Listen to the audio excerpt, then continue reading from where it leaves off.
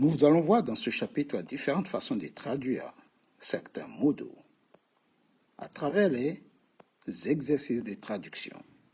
Mais avant de commencer, likez la vidéo, partagez, mais surtout, abonnez-vous pour ne rater aucun contenu. C'est parti, here we go. Je sais lire. Je sais. I can read. I can read. Je peux t'aider. I can help you. I can help you. Je suis capable de le faire. I can do it. Tu sais construire une maison. You can build a house. Tu es capable d'écrire un livre. You can write a book. Tu peux respecter la loi. You can abide by the law or respect the law. Il peut ramener l'ordinateur. It can bring the computer. Elle est capable de brûler l'arbre. She can burn the tree. Il sait choisir les marchandises. He can choose the goods. N'hésitez pas, likez la vidéo, partagez si vous aimez ces traductions de mots d'eau. Lorsque on veut traduire une idée pour dire qu'on sait faire quelque chose, qu'on est capable de faire quelque chose, ou tout simplement qu'on peut faire quelque chose, on utilise le modal can, qui traduit l'idée du pouvoir, du savoir et de la capacité. All right? Good. Je sais lire. Comment vous allez traduire? Je sais lire. Yes. I can read. Je peux t'aider. Je peux t'aider. I can help you. Je suis capable de le faire. Je suis capable de le faire. Traduction. I can do it. Tu sais construire une maison. You can build a house. Tu es capable d'écrire un livre. You can write a book. Tu peux respecter la loi. You can abide by the law. Il peut ramener l'ordinateur. Traduction. It can bring the computer. Elle est capable de brûler l'arbre. She can burn the tree. Il sait choisir les marchandises. Traduction. He can choose the goods. Le modal can ne change pas, quelle que soit la personne.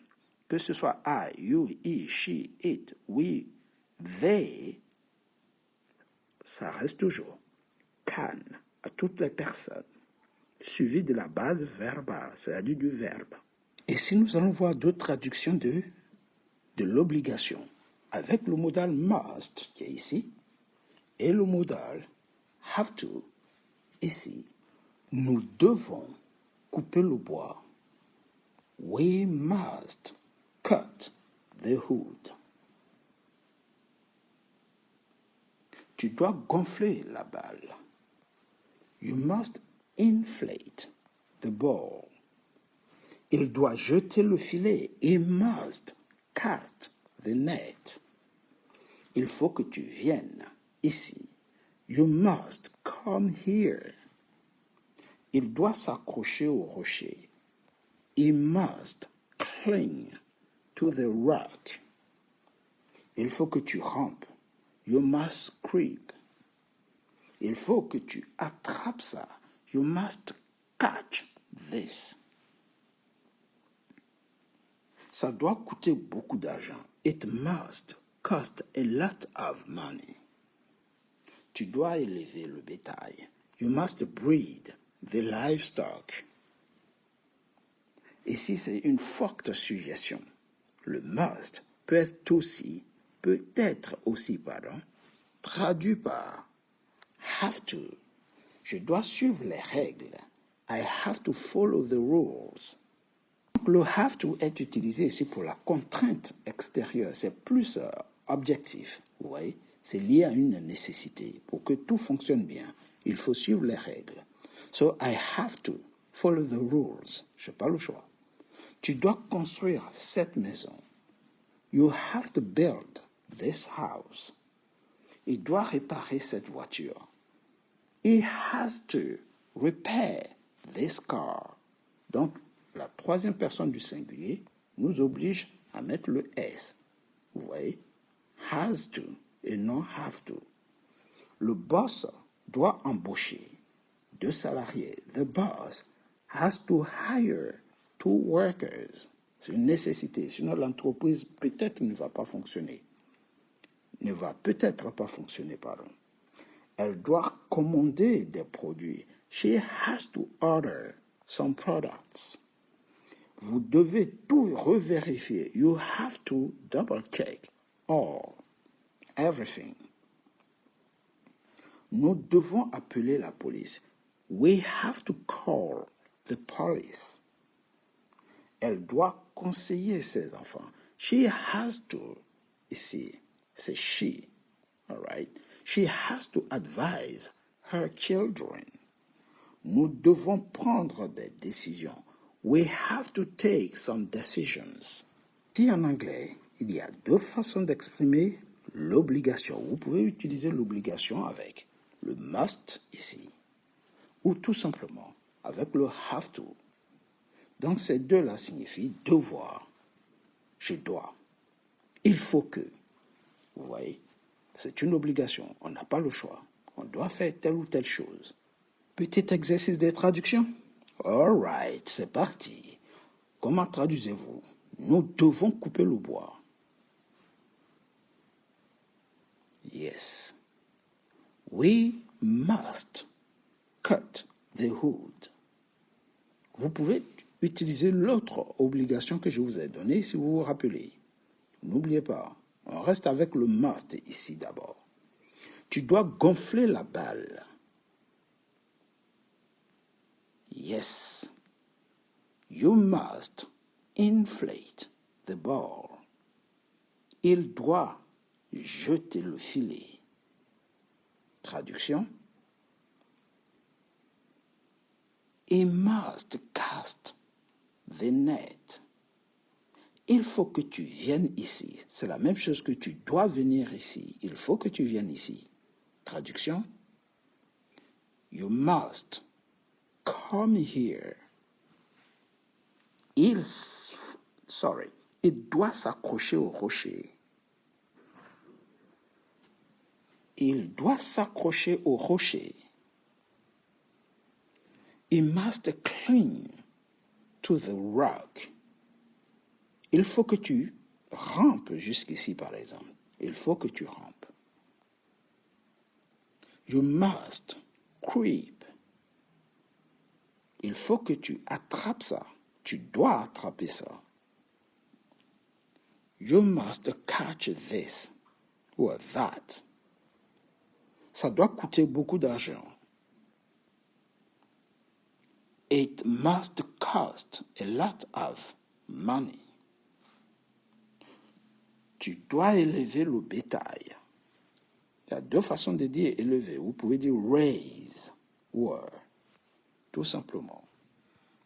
You must breed the livestock. raise the livestock. Ici, nous allons traduire, devoir par have to, d'accord? Je dois suivre les règles, je n'ai pas le choix. C'est une forte suggestion. I have to follow the rules. Tu dois construire cette maison. You have to build this house. Il doit réparer cette voiture. He has to repair this car. Le boss doit embaucher 2 salariés. Comment traduisez-vous ça? Il doit embaucher. Yes. The boss has to hire 2 employees or 2 workers. On peut aussi dire le patron à la place de le boss. Elle doit commander des produits. Traduction. She has to order some products. On peut aussi dire she must. Vous voyez, on peut utiliser must ou have to. Ce sont des synonymes. Vous devez tout revérifier. You have to double check all. Well, you must double check all. Everything. Nous devons appeler la police. We have to call the police. Elle doit conseiller ses enfants. She has to advise her children. Nous devons prendre des décisions. We have to take some decisions. Dans ce chapitre, nous allons exprimer l'idée du futur, de quelque chose qu'on va faire plus tard. Et pour cela, nous allons utiliser le modal will partout. Il lancera la balle, c'est-à-dire qu'il va la lancer, mais on ne sait pas exactement quand, mais ce sera dans le futur. He will fling the ball. Il lancera la balle. Ils voleront demain. They will fly tomorrow. Ils prendront l'avion. J'interdirai le jeu. Si ce jeu sort, je l'interdirai. I will forbid the game. I will. Donc, l'idée du futur s'exprime avec le modal will. N'oubliez pas, likez la vidéo, partagez énormément cette vidéo pour aider vos proches, vos amis, vos élèves à améliorer leur grammaire. J'oublierai tout. I will forget everything.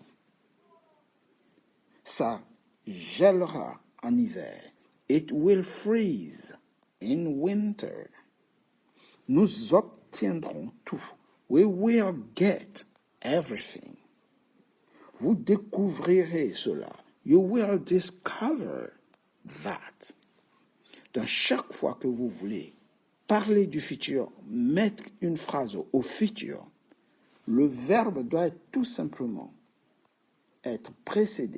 doit être précédé par le modal will, qui induit ou qui exprime l'idée du futur. À la première personne, vous pouvez utiliser aussi un autre modal qui est shall. Donc là où j'ai mis I will, vous aurez pu mettre aussi I shall. Vous voyez? Mais le shall est utilisé uniquement avec les premières personnes. Ici aussi, on aurait pu mettre we shall. Mais ce n'est pas une obligation. Vous voyez? Le will prend le dessus partout, mais le shall est limité aux premières personnes seulement. Donc, vous pouvez mettre we shall get everything ou I shall forbid the game. Lorsque vous voulez mettre une contraction, les will qui sont ici, par exemple, vous pouvez supprimer les premières lettres. Vous pouvez supprimer ça, le W, I, et remplacer par l'apostrophe. Et ça va donner here, fling, there, fly, I'll. Ici, ça va donner I forbid. Donc, si vous contractez, on n'entend plus le son oui. Ici on ne l'entend plus. Il disparaît, le son oui disparaît. Et on n'entend que ici, I forbid it. I. Vous voyez? C'est ce qu'on appelle la forme contractée. Les deux lettres. Si c'est avec Charles, c'est pareil. Vous supprimez tout ça. Vous gardez que les deux L. Et vous mettez l'apostrophe. Une fois que c'est supprimé, vous remplacez par l'apostrophe. Donc ici, on pourrait dire You will discover that. Ça va donner You'll discover that.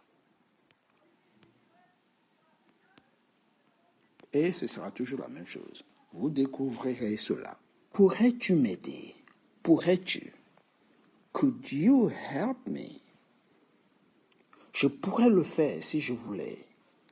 I could do it if I wanted. Donc ici, j'utilise could pour indiquer quelque chose qui est possible mais pas certain. Vous voyez? Dans la première, je l'ai utilisé sous forme de formule de politesse. C'était une demande polie ou une suggestion lorsque j'ai dit « Pourrais-tu m'aider ?» Donc, « Could you help me ?» Je fais ici une demande polie. Dans la deuxième, je pourrais le faire si je voulais. Ici, c'est une possibilité, une probabilité, vous voyez, dans le présent ou le futur. Le could ici, je l'utilise aussi pour exprimer une hypothèse, une possibilité conditionnelle. Vous voyez, je pourrais t'aider si tu voulais. I could help if you wanted.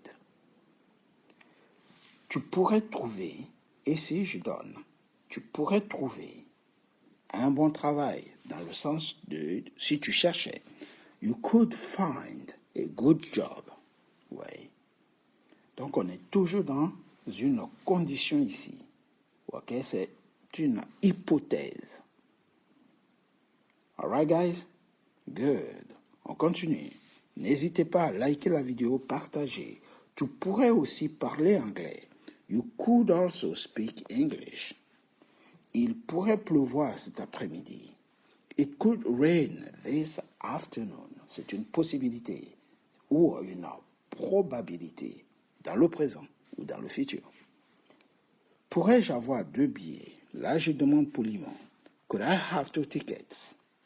Tu pourrais essayer une autre voie. You could try another. Mean. Ici, nous allons voir la deuxième façon d'utiliser could en parlant du passé des can.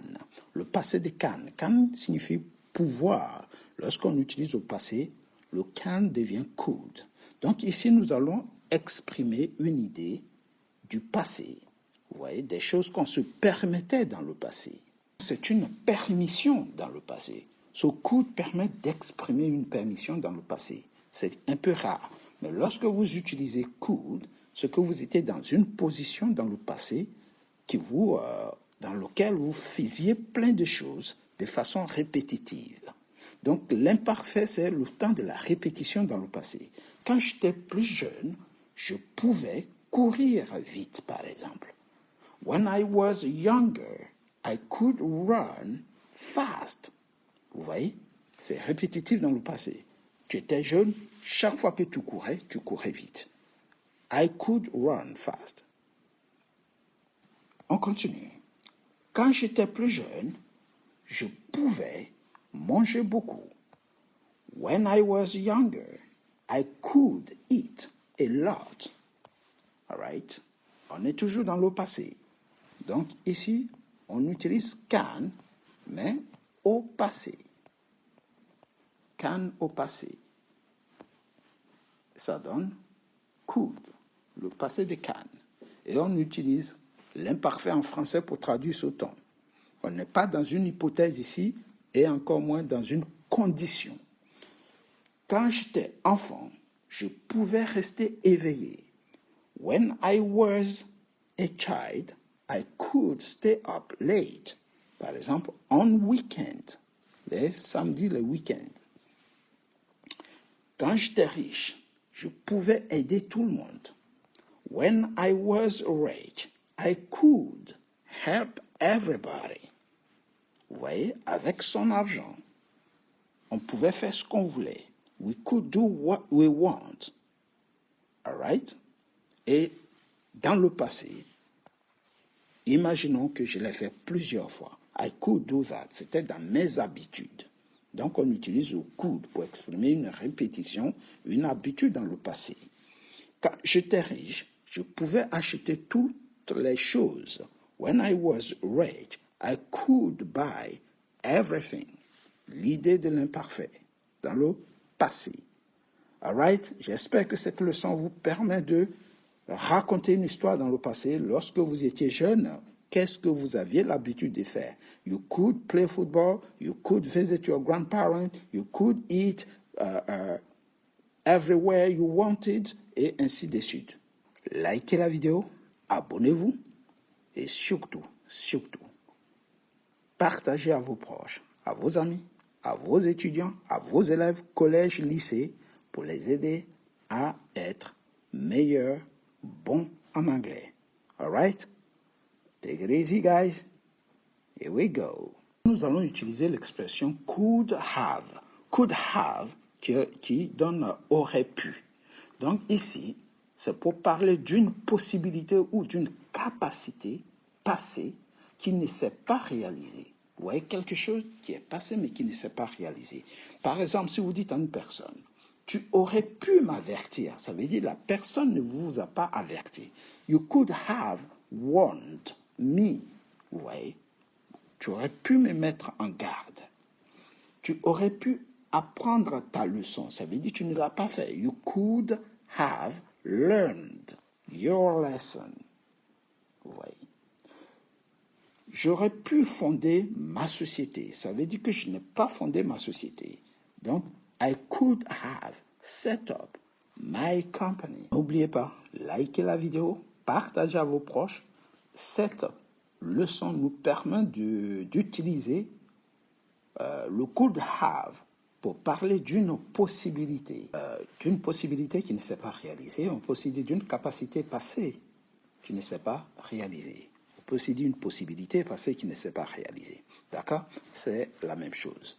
Donc, je dis ici, tu aurais pu venir avec nous. La personne n'est pas venue avec nous. Donc, c'est une possibilité, mais qui ne s'est pas réalisée. You could have come with us or to help us. Venir nous aider. Tu aurais pu vendre ta moto. You could have sold your bike. Cette possibilité ne s'est pas réalisée. Tu aurais pu arrêter le voleur. You could have stopped the theft. Tu ne l'as pas arrêté. You could have. Tu aurais pu comprendre avant. Donc, tu n'as pas compris l'exercice. You could have understood before. All right? Et j'espère que vous la comprenez maintenant. Le could have pour exprimer une possibilité, pour exprimer une capacité passée, mais qui ne s'est pas réalisée. On peut dire qu'on est dans le regret, peu importe, mais l'action n'a pas eu lieu. Vous auriez pu dire la vérité. You could have told the truth. J'aurais pu comprendre avant. I could have understood before. Donc ici, c'est I. Il aurait pu. He could have stopped the theft. Tu aurais pu acheter ta voiture. You could have bought your car. Tu aurais pu, mais tu ne l'as pas acheté. All right? Ça peut être des regrets ou pas, mais l'action ne s'est pas réalisée. Tu aurais pu être blessé, par exemple. On peut dire, you could have been hurt. All right? Tu as fait un accident, tu n'es pas blessé, mais la personne peut te dire, tu aurais pu te blesser. Ouais, tu aurais pu être blessé. You could have been hurt. You could have been hurt. Tu aurais pu être blessé. Ici, possibilité, capacité qui ne s'est pas réalisée. Ici, on est dans tout ce qui est imparfait. Cool, le passé de can pour exprimer une permission dans le passé. All right? Ça s'est réalisé. C'est pas la même chose que l'autre, ou ça ne s'est pas réalisé, could have, mais ici, c'est cette fois-ci could, plus base verbale, pour dire que ça s'est réalisé dans le passé et de façon répétitive. On va voir le coude, mais cette fois-ci, c'est juste une condition. Donc le coude ici, on est dans l'hypothèse, on est dans la condition, on est aussi dans la demande de politesse. Chaque fois qu'on l'utilise sous forme de question, c'est une demande de politesse. On demande poliment. Dans les autres cas, on est dans une hypothèse ou une condition. Donc, ici, je pourrais le faire si je voulais. On est ici pour exprimer une hypothèse ou une possibilité conditionnelle. D'accord? Dans certains cas, ici par exemple, c'est une possibilité ou une probabilité dans le présent ou dans le futur. Tu pourrais le faire. C'est possible. Tu en as les moyens. Nous avons vu aussi le modal will pour exprimer le futur.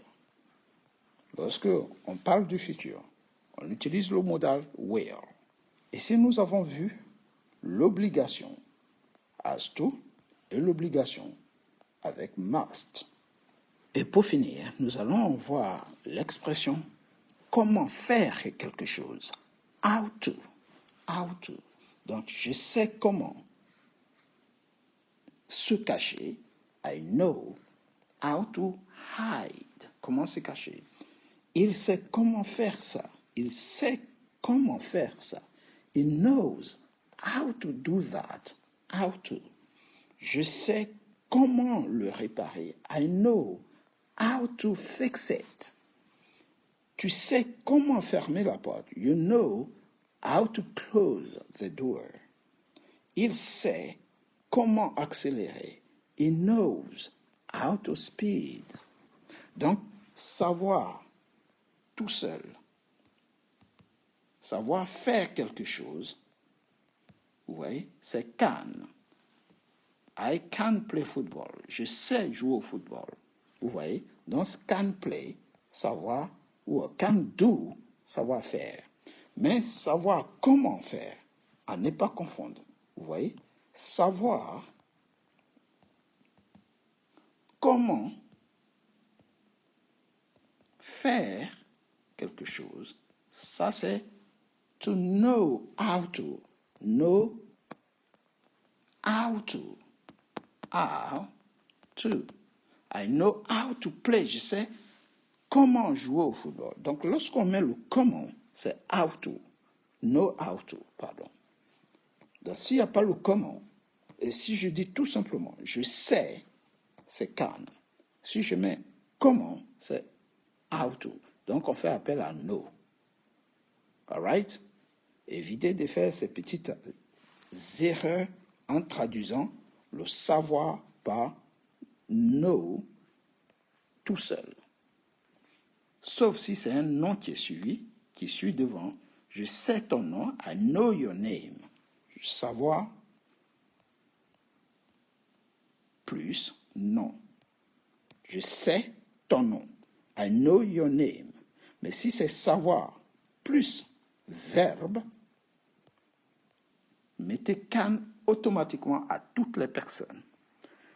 Ce sera tout pour aujourd'hui.